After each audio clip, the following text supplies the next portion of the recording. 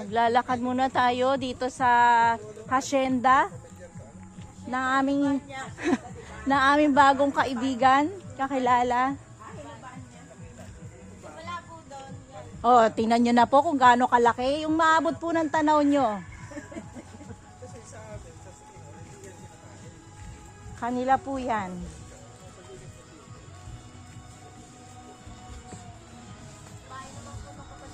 Tunggain ko na lang. Tunggain mo na nga lang. Ang ganit, makatawaan ka. Oh, yun mo tabagsagin sa malambot. Nagagawa niyo ba niya yung ano? Yung tinola na may buko? Hindi Binakol. Tawag. Hindi niyo pa nare-recipe yun? Hindi pa po. Hahalo niyo lang yung sabaw sa, yun yung isasabaw niyo sa ano. Tinola? Oo, tapos may ano, may buko talaga. Sakutsa mo muna yung ano, sakutsa mo muna yung manok. Sakutsa mo muna yung manok. Ay, tanda, may ano, may manok po doon.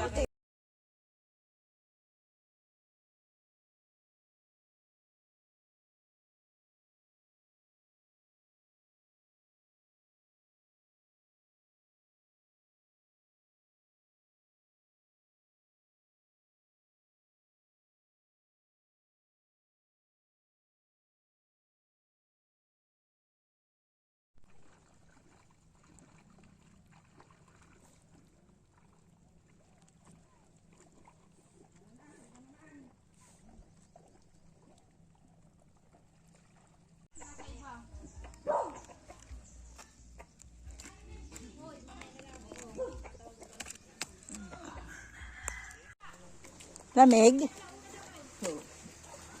Yung mga halaman na pinagkakaguluhan natin dati. Mm.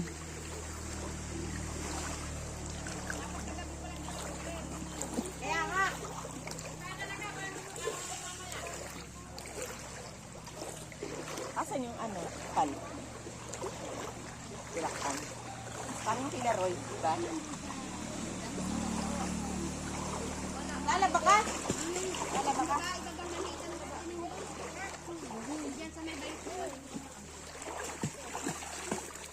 Yung tilaroy naman, nilagyan na nila na parang tangke. Oo. Ito, ilagyan. Bakit tinawag na bukal, ano, niya? Ayun. Saan? Kala ko yung may takip. Wow, ang lamig! Saan? Bakit? Yun yung inuman ng tubig. Mineral po nalabas dyan. Ha? Mineral po yan.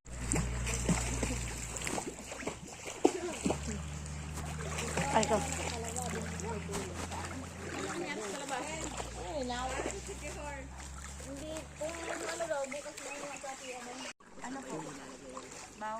Ano mo yung sungkit? Pag binaba mo yan dyan, tatakbo yan. Tingnan nga natin.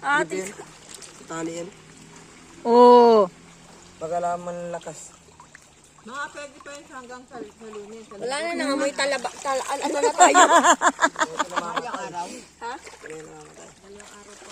O, diba, buhay na buhay pa siya, oh. Sarap. Pero pwede babad sa tubig.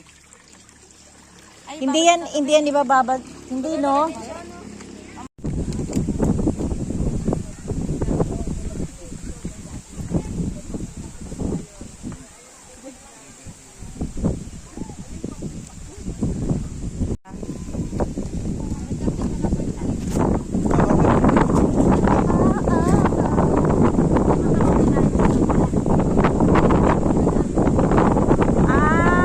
Yung titignan.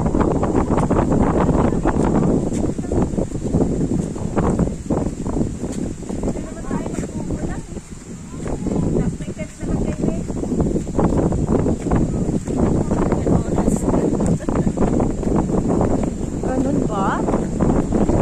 Kasi pwede naman ilabas sila ng yung ganun. 700. Pwede na, di ba? Maganda naman siya, oh. Para overnight? Oo, overnight.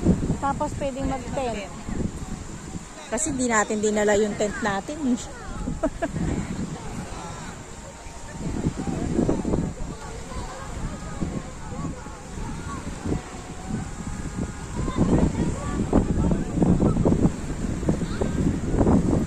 Ang ganda ng buhangin ng pino.